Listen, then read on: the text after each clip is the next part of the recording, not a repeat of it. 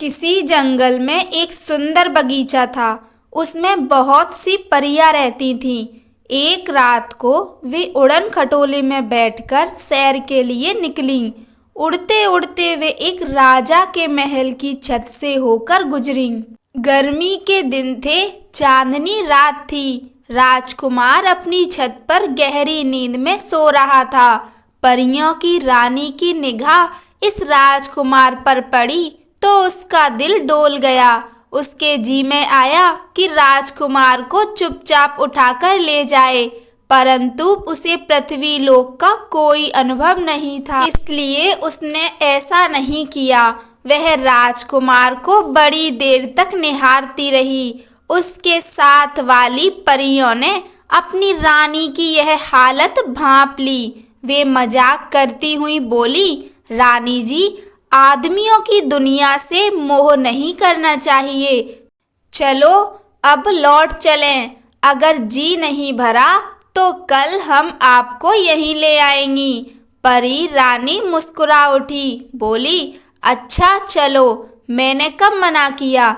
लगता है जिसने मेरे मन को मोह लिया है उसने तुम पर भी जादू कर दिया है। परियां यह सुनकर खिलखिलाकर हंस पड़ी और राजकुमार की प्रशंसा करती हुई अपने देश को लौट गईं। सवेरे जब राजकुमार सोकर उठा तो उसके शरीर में बड़ी ताजगी थी। वह सोचता कि हिमालय की चोटी पर पहुंच जाऊं या एक छलांग में समुंदर को लांघ जाऊं। तब वजीर ने आकर उसे खबर दी कि राजा की हालत बड़ी खराब है और वह आखिरी सांस ले रहे हैं। राजकुमार की खुशी काफुर हो गई। वह तुरंत वहां पहुंच गया। राजा ने आंखें खोली और राजकुमार के सिर पर हाथ रखता हुआ बोला, बेटा, वजीर साहब तुम्हारे पिता के ही समान हैं। तुम सदा उनकी बात का ख्याल रखना। इतना कहते कहते राजा की आंखें सदा के लिए मुंद गईं। राजकुमार फूट फूट कर रोने लगा। राजा की मृत्यु पर सारे नगर ने शोक मनाया।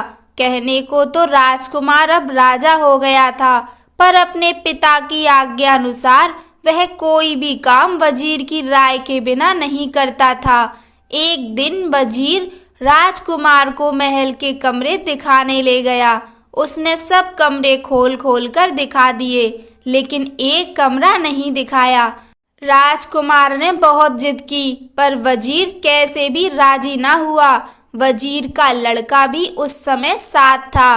वह राजकुमार का बड़ा गहरा मित्र था। उसने वजीर से कहा, पिताजी, राजपाट, महल और बाग बगीचे सब इन्हीं के तो हैं, आप इन्हें रोकते क्यों हैं। वजीर ने कहा, बेटा, तुम ठीक कहते हो, सब कुछ इन्हीं का है, लेकिन महाराज ने मरते समय मुझे हुक्म दिया था कि इस कमरे में राजकुमार को मत ले जाना। अगर मैं ऐसा करूँगा तो राजा को बड़ा बुरा लगेगा। वजीर का लड़का थोड़ी देर तक सोचता रहा, फिर बोला, लेकिन पिताजी, अब तो राजकुमार ही हमारे महाराज हैं। उनकी बात मानना हम सबके लिए जरूरी है। अगर आप राजा के दुख का इतना ध्यान रखते हैं तो हमारे इन महाराज के दुख का भी तो ध्यान रखिए और दरवाजा खोल दीजिए। राजकुमार को दुखी देखकर हमारे राजा को भी शांति नहीं मिलेगी। वजीर ने ज्यादा हट करना ठीक ना समझी और चाबी अपने बेटे के हाथ पर रख दी। ताला खोलकर तीनों अंदर पहुंचे। कमरा बड़ा सुंदर था। छत पर तरह तरह के कीमती झाड़ फानुस लटक रहे थे और फर्श पर मखमल के गलीचे बिछे हुए थे। दीवार पर सुंदर सुंदर स्त्रियों की तस्वीरें लगी थीं। यकायक राजकुमार की निगाह एक बड़ी सुंदर युवती की तस्वीर पर पड़ी। उसने वजीर से पूछा कि यह किसकी है। वजीर को जिसका डर था वही हुआ। उसे बताना ही पड़ा कि वह सिंगल द्वीप की पद्मिनी की है। राजकुमार उसकी सुंदरता पर ऐसा मोहित हुआ कि उसी दिन उसने वजीर से कहा, मैं पद्मिनी से ही ब्याह करूँगा। जब तक पद्मिनी मुझे नहीं मिलेगी मैं राज के काम में हाथ नहीं लगाऊंगा। वजीर हैरान होकर बोला, राजकुमार, सिंगल द्वीप पहुंचना आसान काम नहीं है। वह 7 समुंदर पार है। वहां भी जाओ तो शादी करना तो दूर, उससे भेंट करना भी असंभव है। उसकी तलाश में जो भी गया लौटकर नहीं आया। फिर ऐसे अनहोने काम में हाथ डालने की सलाह मैं आपको कैसे दे सकता हूँ। पर राजकुमार अपनी बात पर अड़ा रहा। वजीर का लड़का उसका साथ देने को तैयार हो गया। वे दोनों घोड़े पर सवार होकर चल दिए। चलते चलते दिन डूब गया। वे एक बाग में पहुंचे और अपने अपने घोड़े खोल दिए। हाथ मुंह धोकर कुछ खाया पिया। वे थके हुए तो थे ही, चादर बिछाकर लेट गए। कुछ देर के बाद ही गहरी नींद में सो गए। आंख खुली और चलने को हुए तो देखते क्या है कि बाग का फाटक बंद हो गया है और वहां कोई खोलने वाला नहीं है। बगीचे के बीचों बीच संगमरमर का एक चबूतरा था। आधी रात पर वहां कालीन बिछाए गए। फूलों और इत्तरों की सुगंध चारों ओर फैलने लगी। फिर चबूतरे पर एक सोने का सिंहासन रख दिया गया। कुछ ही देर में घर घर करता हुआ एक उड़न खटोला वहां उतरा। उसके चारों पायों को एक एक परी पकड़े हुए थी और उस पर उनकी रानी विराजमान थी। चारों परियों ने अपनी रानी को सहारा देकर नीचे उतारा और रत्न जड़ित सोने के सिंहासन पर बिठा दिया। परी रानी ने इधर उधर देखा और अपनी सखियों से कहा, वह देखो, पेड़ के नीचे चादर बिछाए 2 आदमी सो रहे हैं। उनमें से एक वही राजकुमार है। उसे तुरंत मेरे सामने लाओ। हुक्म करने की देर थी कि परियां सोते हुए राजकुमार को अपनी रानी के सामने ले आईं। राजकुमार की आंख खुल गई और वह परियों की जगमगाहट से चकाचौंध हो गया। परियों को अपने आगे पीछे देखकर उसे बड़ा डर लगा और हाथ जोड़कर बोला, मुझे जाने दीजिए। परी रानी ने मुस्कुराते हुए कहा, राजकुमार, अब तुम कहीं नहीं जा सकते। तुम्हें मुझसे विवाह करना होगा। राजकुमार बड़ी मुसीबत में पड़ गया। बोला, परी रानी, मैं क्षमा चाहता हूँ। मैं सिंगल द्वीप की पद्मिनी की तलाश में निकला हूँ। इस समय मैं विवाह नहीं कर सकता। परी ने कहा, भोले राजकुमार, सिंगल द्वीप की पद्मिनी तक आदमी की पहुँच संभव नहीं है। वह देवी शक्ति के बिना कभी नहीं मिल सकती। अगर तुम मुझसे विवाह कर लोगे तो मैं तुम्हें ऐसी चीज दूंगी जिससे सिंगल द्वीप की पद्मिनी तुम्हें आसानी से मिल जाएगी। राजकुमार यह सुनकर बड़ा खुश हुआ और बोला, परी रानी, मैं तुमसे जरूर शादी करूँगा, पर तुम्हें मेरी एक बात माननी होगी। मैं जब पद्मिनी को लेकर लौटूंगा तभी तुम्हें अपने साथ ले जा सकूँगा। मैं प्रतिज्ञा करता हूँ कि मेरी इस बात में कोई हेरफेर नहीं होगी। परी ने प्रसन्न होकर अपनी अंगूठी उतारी और राजकुमार की उंगली में पहनाती हुई बोली, यह अंगूठी जब तक तुम्हारे पास रहेगी कोई भी विपत्ति तुम्हारे ऊपर असर ना करेगी।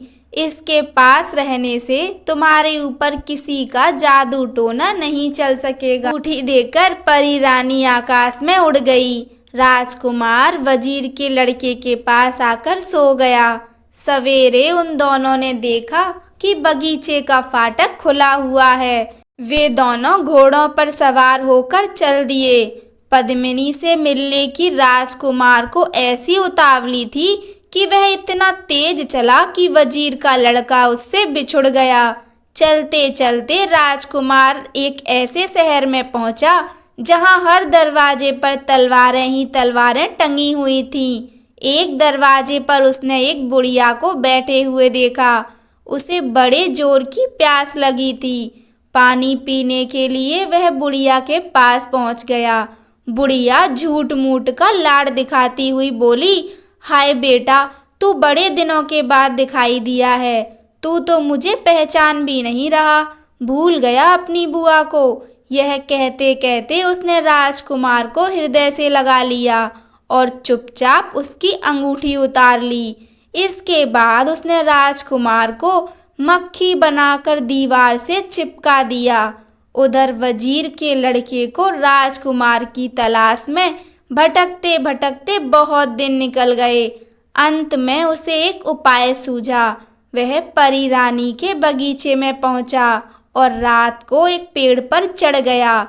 आधी रात को परी रानी उसी चबूतरे पर उतरी। वह वजीर के लड़के की विपदा को समझ गई। उसने उसे सामने बुलाकर कहा, यहाँ से 100 योजन की दूरी पर एक जंगल है। उसमें तरह तरह के हिंसक पशु रहते हैं। वहाँ ताड़ के पेड़ पर एक पिंजरा टंगा हुआ है। उसमें एक तोता बैठा है। उस तोते में उस जादूगरनी की जान है जिसने तुम्हारे राजकुमार को मक्खी बनाकर अपने घर में दीवार से चिपका रखा है। वजीर के लड़के ने पूछा, इतनी दूर मैं कैसे पहुंच सकता हूं? परी रानी ने वजीर के लड़के को अपने कान की बाली उतार कर दी और कहा कि इसको पास रखने से तुम 100 योजन 1 घंटे में तय कर लोगे।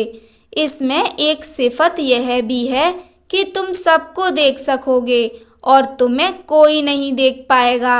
इस प्रकार तोते के पिंजड़े तक पहुंचने में तुम्हें कोई कठिनाई नहीं होगी और तोते को मारना तुम्हारे बाएं हाथ का खेल होगा। वजीर का लड़का बाली लेकर खुशी खुशी जंगल की ओर चल दिया। पेड़ के पास पहुंचकर उसने पिंजड़ा उतारा और तोते की गर्दन मरोड़ डाली। इधर तोते का मरना था कि जादूगरनी का भी अंत हो गया। वजीर का लड़का वहां से जादूगरनी के घर पहुंचा। जादूगरनी की उंगली से जैसे ही उसने अंगूठी खींची कि राजकुमार मक्खी से फिर आदमी बन गया। वजीर के लड़के से मिलकर राजकुमार खुशी के मारे उछल पड़ा।